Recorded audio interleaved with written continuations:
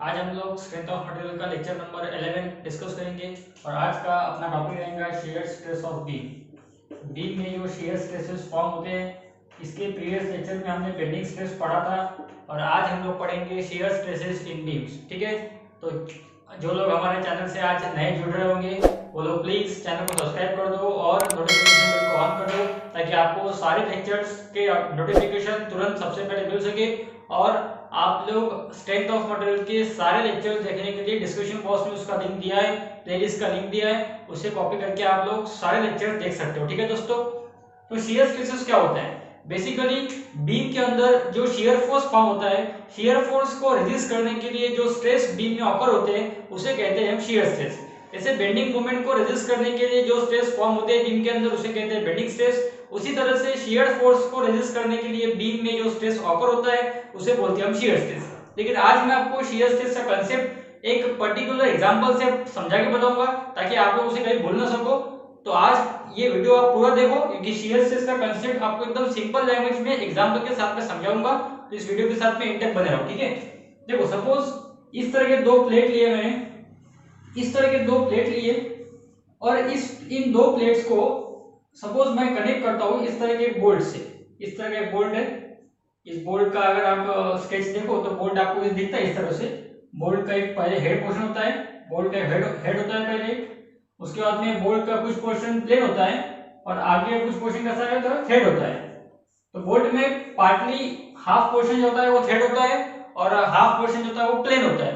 Plane portion को बोलते हैं हम लोग शांक पोर्शन, और ये जो होता है ये इसको बोलते हैं अपन बोल्ट का हेड, इसे बोलते हैं हेड ऑफ बोल्ट। ठीक है, तो सपोज इस दो प्लेट को मैंने इस तरह से कनेक्ट किया और इन दो प्लेट के ऊपर, अपर प्लेट के ऊपर इधर से एक फोर्स लगाया और जो बॉटम प्लेट है उस पर इधर से एक फोर्स लगाया। ठीक है, दोनों फोर्स कैसे लगाए? अपोजिट लगाए। एक फोर्स अपर प्लेट पे लगाया है टुवर्ड्स द लेफ्ट और जो बॉटम की प्लेट है उस पे फोर्स लगाया है टुवर्ड्स द राइट। ठीक है, और ये अपना बोल्ट है, इस तरह से अपना बोल्ट लगाया हुआ है। जो बोल्ट अपन ने लगाया हुआ है इसके अंदर, वो बोल्ट इस तरह से अपन ने वर्टिकल पोजीशन में लगाया है। बोल्ट कैसा है अपना? वर्टिकली अपन ने बोल्ट इसके अंदर फिक्स किया है ताकि इन दो प्लेट को अपन कनेक्ट कर सके। ठीक है, तो देखो ये बोल्ट की जो एक्सिस है ना, ये बोल्ट की एक्सिस कैसी है? वर्टिकल है। ये बोल्ट की एक्सिस कैसी है? वर्टिकल है। अगर अपन किसी पर्टिकुलर एलिमेंट पे अलोंग द एक्सिस फोर्स लगाते हैं, मतलब मैं अलोंग द एक्सिस, जिस जिस डायरेक्शन में उसकी एक्सिस है उसी डायरेक्शन में अगर अपन फोर्स लगाते हैं, इस तरह से फोर्स अगर लगाया मैंने, तो ये फोर्स कैसा है? टेंसाइल फोर्स है। और अगर सिमिलरली अगर इस सेक्शन है, इस बोल्ट का सेक्शन है और अगर अलोंग द एक्सिस में कंप्रेसिव फोर्स लगाता तो ये कौन सा फोर्स है? ये कंप्रेसिव फोर्स है। ये टेंसाइल फोर्स है दोस्तों और ये कंप्रेसिव फोर्स है। इससे क्या समझ रहा? अगर हम कभी एलिमेंट के एक्सिस के अलोंग फोर्स लगाते तो वो फोर्स को बोलते हैं हम लोग एक्सियल फोर्स। और वो एक्सियल फोर्स दो तरीके से रह सकता, एक तो टेंसाइल फोर्स या कंप्रेसिव फोर्स। मतलब वहां दो तरीके के स्ट्रेस फॉर्म हो सकते, टेंसाइल स्ट्रेस या कंप्रेसिव स्ट्रेस। लेकिन ये जो कंडीशन दिख रही है आपको, इस कंडीशन में अगर देखोगे आप लोग तो देखो ये एक्सिस है आपके बोल्ट की, ये आपके एलिमेंट की एक्सिस है और आपने जो फोर्स लगाया है ये फोर्स क्या है? एक्सिस को ऐसा परपेंडिकुलर है। दोनों साइड में अपन ने जो फोर्स लगाया है, दोनों प्लेट को अपन ने जो फोर्स लगाया है अपोजिट डायरेक्शन में, वो दोनों फोर्स क्या हो रहा? ये दोनों फोर्स एक्सिस को क्या है? परपेंडिकुलर है। इस तरह का अपना एक्सिस है और इस तरीके से अपन ने फोर्स लगाया, मतलब क्या है? दोनों फोर्स एक्सिस को परपेंडिकुलर है। तो इस तरह के जो फोर्स रहते हैं जो एक्सिस को अलाउ नहीं रहते, एक्सिस को पैरेलल नहीं होते, एक्सिस को परपेंडिकुलर रहते हैं, उस फोर्स को बोलते हैं अपन टेंजेंशियल फोर्स। इस तरह के फोर्स को बोलते हैं अपन टेंजेंशियल फोर्स और इसे बोलते हैं अपन शियर फोर्स। क्योंकि शियर स्ट्रेस को हम दूसरे भाषा में टेंजेंशियल स्ट्रेस भी बोल सकते हैं। तो जब हम कोई फोर्स एक्सिस के परपेंडिकुलर लगाते, एलिमेंट के एक्सिस को परपेंडिकुलर लगाते, तब उस तरह के फोर्स को बोलते हैं हम शियर फोर्स। और अगर इस शियर फोर्स के थ्रू अपने को शियर स्ट्रेस निकालना है दोस्तों, तो इसका सिंपली अपन क्या फॉर्मूला यूज करेंगे? Shear force upon cross sectional area. Shear force upon cross sectional area मतलब आपको कोई भी एक पर्टिकुलर मेंबर का शियर फोर्स अगर निकालना है, शियर स्ट्रेस अगर निकालना है, तो आप सिंपली इस फॉर्मूला का यूज कर सकते हैं, shear force upon cross sectional area. सिर्फ इतना ध्यान में रखना, शियर फोर्स क्या होता है? हमेशा टेंजेंशियल होता है। टेंजेंशियल मतलब क्या होता है? एक्सिस को परपेंडिकुलर फोर्स मतलब टेंजेंशियल फोर्स। ठीक है दोस्तों, शियर स्ट्रेस समझ गया। शियर स्ट्रेस मतलब क्या होता है, shear force upon cross section area. Shear force मतलब क्या होता है, टेंजेंशियल फोर्स, एक्सिस को परपेंडिकुलर फोर्स मतलब टेंजेंशियल फोर्स, ठीक है। शियर स्ट्रेस को डिनोट करने के लिए हमारे पास में दो सिंबल है, एक तो हम इसको डिनोट करते हैं टाउ से, या इसको डिनोट कर सकते हैं हम क्यू से, स्मॉल क्यू से। Shear stress is denoted by tau और it can be denoted by small Q, ठीक है। अब देखो दोस्तों, जब मैंने दो प्लेट को कनेक्ट किया बाय मींस ऑफ बोल्ट और उसके ऊपर अपोजिट फोर्स लगाया, अपोजिट टेंजेंशियल फोर्स एक्ट किए, तो क्या होगा, यहां से इस जोन में ये कनेक्शन फेल हो सकता, और ये इस जोन में ये जो बोल्ट है, ये बोल्ट यहां से क्या हो जाएगा, टूट जाएगा, ऐसे यहां से बोल्ट क्या हो जाएगा, ब्रेक हो जाएगा। जब आप कोई कनेक्शन करते हो उस तरह से, अगर मेरे पास में ये दो पेन है और इस तरह से मैंने इसको कनेक्ट किया और इधर से एक फोर्स लगाया, उधर से अपोजिट फोर्स लगाया, तो क्या होगा, ये कनेक्शन ऐसा टूट जाएगा, स्लाइड होगा एक प्लेट के ऊपर। तो ये जो कनेक्शन फेल हो रहा है, ये कहां से फेल हो रहा है, ये कनेक्शन फेल हो रहा है इस जोन से, कनेक्शन फेल हो रहा है इस जोन में। तो इस जोन में जो अपन ने बोल्ट लगाया था, वो बोल्ट क्या हो जाएगा, इस तरह से ब्रेक हो जाएगा, ठीक है, इस तरह से ब्रेक हो जाएगा। अब आप जब कोई भी कनेक्शन करते हो तो वहां से आपको दो तरह के शेयर फेलियर मिलते हैं, वहां से आपको दो तरह के शेयर फेलियर मिलते हैं, एक मिलता है आपको सिंगल शेयर फेलियर और एक मिलता है आपको डबल शेयर फेलियर। वो किस तरह से मिलता है दोस्तों, अगर आप दो प्लेट को कनेक्ट करते हो और उसके ऊपर टेंजेंशियल फोर्स एक्ट करते हो, तो उसमें जिस जोन में मेंबर फेल होता, ऐसे जोन उसके अंदर कितने हैं, जिस प्लेन में मेंबर फेल हो रहा, ऐसे प्लेन उस क्रॉस सेक्शन में कितने, अपने असेंबली में ऐसे कितने प्लेन है। तो अगर मैं दो प्लेन कनेक्ट करता हूं तो यहाँ सिर्फ कितने प्लेन फॉर्म होते हैं, यहाँ सिर्फ एक ही प्लेन फॉर्म होता है। यहाँ सिर्फ कितने प्लेन फॉर्म हो रहे हैं, जब दो प्लेन कनेक्ट करते हो और उसके ऊपर टेंजेंशियल फोर्स लगाते हैं हम लोग, तो उस केस के अंदर सिर्फ एक ही प्लेन ऑफ फेलियर मिल सकता है अपने को, वहां अपने को सिर्फ सिंगल प्लेन ऑफ फेलियर मिल सकता है। तो इस तरह के फेलियर को हम लोग बोलते हैं सिंगल शेयर फेलियर, इस तरह के फेलियर को बोलते हैं सिंगल शेयर फेलियर। और अगर इसी तरह से मैं अगर तीन प्लेट कनेक्ट करता हूं, तीन प्लेट अगर आप कनेक्ट करते हो इस तरह से एक साथ में, तीन प्लेट कनेक्ट करने के बाद में अगर आप इस तरह से अपोजिट फोर्स लगा रहे हो, इन दोनों पे सेम फोर्स लगाया, इधर से एक अपोजिट फोर्स लगाया और तीनों प्लेट को बोल्ट के माध्यम से कनेक्ट किया था, तो इस केस के अंदर अगर आप टेंजेंशियल फोर्स लगाते हो तीनों प्लेट के ऊपर, ये दोनों फोर्स सेम रहेंगे, उधर का फोर्स सेम रहेगा, मतलब फोर्स सेम चाहिए, तो ही आप इस कंडीशन को अप्लाई कर सकते हो। तो तीनों के तीनों ये दोनों फोर्स सेम है, उधर का फोर्स सेम है, फोर्स एक्ट किए, तो यहाँ पे जो मेंबर है, ये मेंबर यहाँ से भी फेल हो सकता और ये मेंबर यहाँ से भी फेल हो सकता। मतलब इस केस के अंदर आपके पास में आपके फेलियर प्लेन कितने हैं, आपके पास फेलियर प्लेन दो है इसके अंदर, यहाँ से भी मेंबर फेल हो सकता और यहाँ से भी मेंबर फेल हो सकता, इसके अंदर दो फेलियर प्लेन है। तो इस तरह के फेलियर को बोलते हैं हम लोग double share failure, double share failure. तो आपको होपफुली यहाँ से सिंगल शेयर और डबल शेयर का कंसेप्ट भी समझ में आ गया होगा। अगर आप दो प्लेट को लैप जॉइंट, ये जो जॉइंट तैयार किया दोस्तों, जिस तरह से अपन ने यहाँ जॉइंट तैयार किया है बोल्ट कनेक्ट करके, इस तरह के जॉइंट को हम लोग बोलते हैं लैप जॉइंट। अगर अपन लैप जॉइंट में दो प्लेट कनेक्ट करते हैं और उसके ऊपर टेंजेंशियल फोर्स एक्ट करते हैं, तो वहां सिर्फ एक प्लेन ऑफ फेलियर बनता है, उसको बोलते हैं अपन सिंगल शेयर फेलियर। और अगर अपन लैप जॉइंट में तीन प्लेट कनेक्ट करते और उसके ऊपर टेंजेंशियल फोर्स एक्ट करते, तो वहां जितने मेंबर ऑफ फेलियर प्लेन बनते हैं वो दो बनते हैं, इसलिए उसको बोलते हैं हम लोग डबल शेयर फेलियर, ठीक है। तो ये कंसेप्ट समझ में आ गया, शेयर स्ट्रेस समझ में आ गया। अब अपन देखेंगे कि कोई भी शेयर स्ट्रेस अगर आपको निकालना है, तो अगर अदर देन न्यूट्रल एक्सिस कोई भी दूसरे लेयर पे शेयर स्ट्रेस निकालना है, तो उसका इक्वेशन क्या रहेगा, ठीक है। अब अपन देखेंगे कि न्यूट्रल एक्सिस के अलावा कि जो फॉर्मूला है दोस्तों, shear force upon cross sectional area, ये फॉर्मूला आप लोग सिर्फ न्यूट्रल एक्सिस के लिए अप्लाई कर सकते हैं। लेकिन अगर न्यूट्रल एक्सिस के अलावा आपको दूसरे किसी लेयर पे शेयर स्ट्रेस निकालना है, तो आप किस तरह से निकालोगे, देखो। तो सपोज एक ऐसा रेक्टेंगुलर सेक्शन निकाला मैंने, और अगर इस सेक्शन के न्यूट्रल एक्सिस पे निकालना है, तो आप सिंपली फॉर्मूला यूज करोगे, इस पे जो शेयर फोर्स एक्ट हो रहा, ये तो क्रॉस सेक्शन निकाला, इसका जो बीम का टाइप रहेगा वो भी प्रॉब्लम में दिया जाता है आपको, सिंपली सपोर्ट है, कैंटिलीवर है, तो बीम के टाइप जो रहेगा उसके ऊपर से अपन शेयर फोर्स निकाल सकते हैं, इसका एरिया अपन निकाल सकते हैं, क्रॉस सेक्शन एरिया, मतलब अपन शेयर स्ट्रेस निकाल सकते हैं। लेकिन अगर अपने को इस लेयर पे शेयर स्ट्रेस निकालना है या फिर इस लेयर पे शेयर स्ट्रेस निकालना है, ऐसे इनफाइनाइट नंबर ऑफ लेयर्स है इसके अंदर, आपको कोई भी अदर देन न्यूट्रल एक्सिस एक आधे लेयर पे शेयर स्ट्रेस अगर निकालना है, तो आप किस तरह से निकालोगे, उसका इक्वेशन क्या रहेगा। तो देखो शियर स्ट्रेस का एक बेसिक इक्वेशन है SAY bar upon IB, SAY bar upon IB।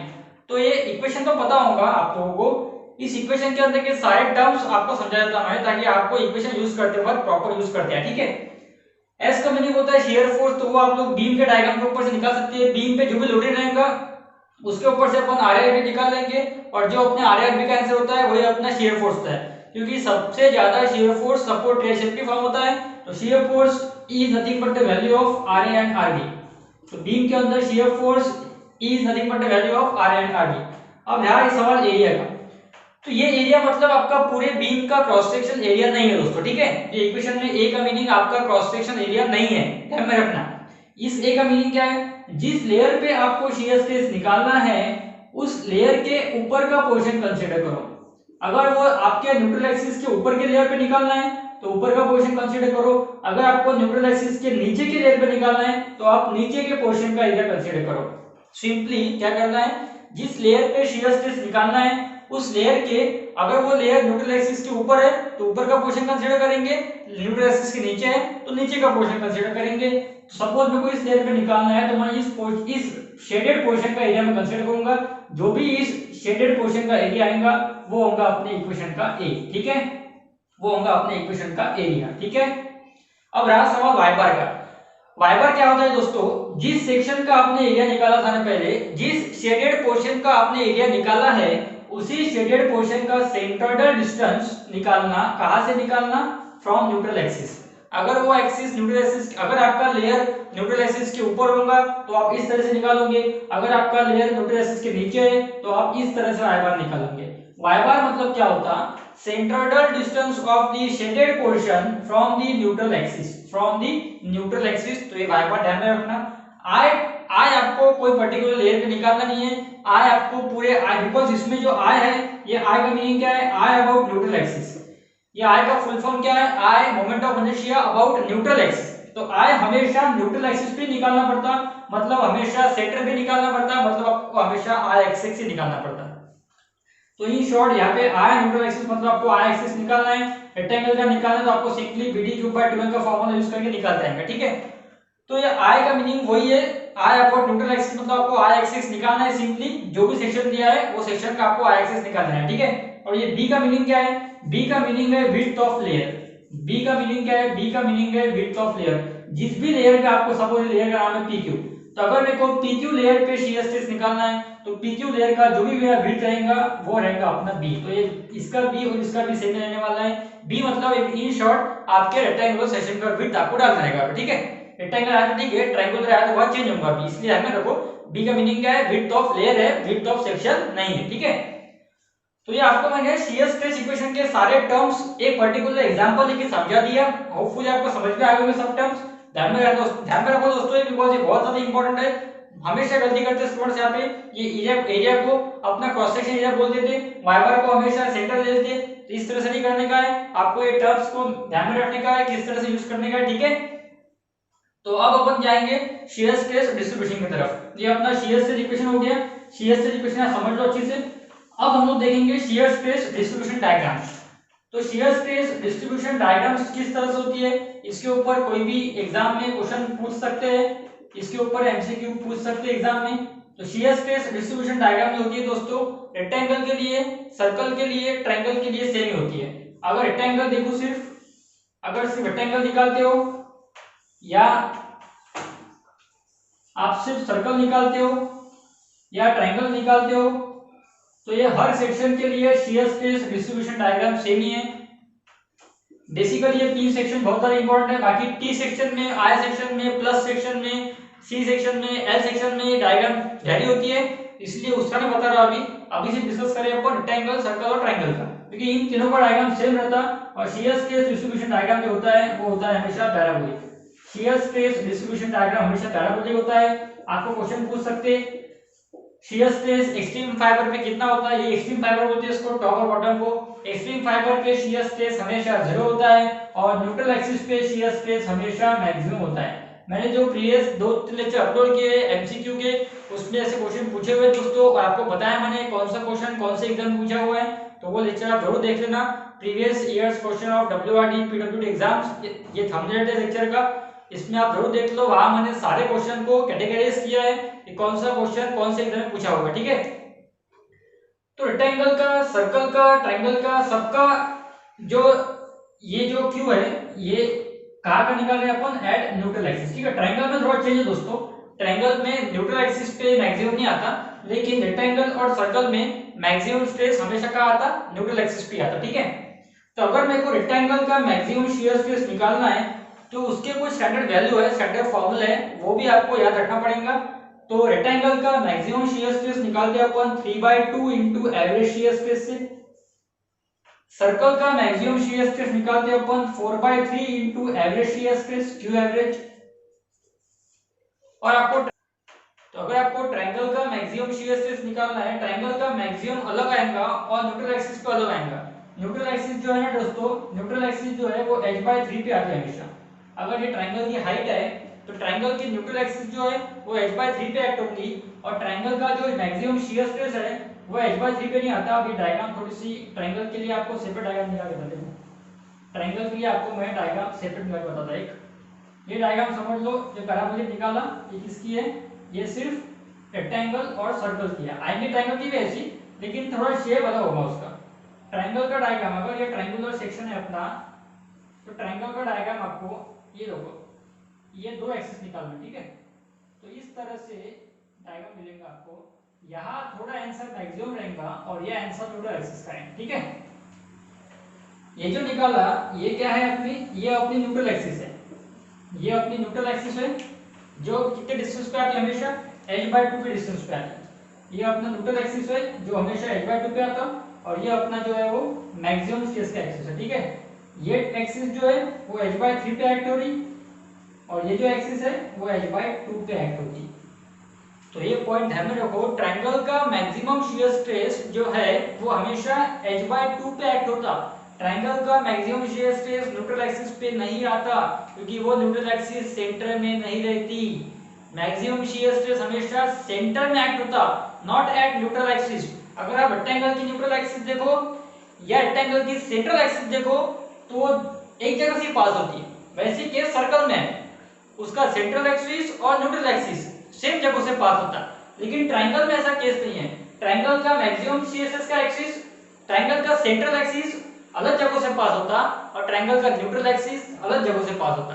Neutral axis जो है वो हमेशा h/3 के डिस्टेंस पे आता, 1/3 पे आता, और मैक्सिमम स्ट्रेस का एक्सिस h/2 के डिस्टेंस पे आता। तो ट्रायंगल के अगर आप फॉर्मूले देखो तो मैक्सिमम शियर स्ट्रेस का अगर आपको यहाँ पे निकालना है, मैक्सिमम निकालना है, तो उसका फॉर्मूला है 8s/3bh। मैक्सिमम स्ट्रेस का फॉर्मूला है 8s/3bh, और जो न्यूट्रल एक्सिस का फॉर्मूला है वो है 3s/b into h, 3s/b into h। तो ये दो अलग अलग फॉर्मूले हैं, आपको ट्रायंगल में ध्यान रखने का है। और ट्रायंगल में एक पॉइंट और लिख के रखो, आप लोग नोट करके रखो कि maximum shear stress acts at h/2 from base. Maximum shear stress acts at h/2 from base, ठीक है। तो मैक्सिमम शियर स्ट्रेस हमेशा h/2 के डिस्टेंस पे आता, और जो न्यूट्रल एक्सिस का शियर स्ट्रेस है वो आता 3s/b into h। Neutral axis h/3 पे आती और मैक्सिमम स्ट्रेस की एक्सिस h/2 पे आती, ठीक है दोस्तों। तो ये रेक्टेंगल का फॉर्मूला, सर्कल का फॉर्मूला और ट्रायंगल के फॉर्मूला ध्यान में रखो। और एवरेज शियर स्ट्रेस अगर आपको निकालना है तो उसका फॉर्मूला सिंपली वही रहेगा, shear force upon cross sectional area. Average shear stress मतलब आपको बेसिक फॉर्मूले से निकाल दिया था, क्योंकि एवरेज शियर स्ट्रेस पूरे सेक्शन का होता है, तो एवरेज शियर स्ट्रेस अपन पर्टिकुलरली इस फॉर्मूले से निकाल सकते हैं, ठीक है।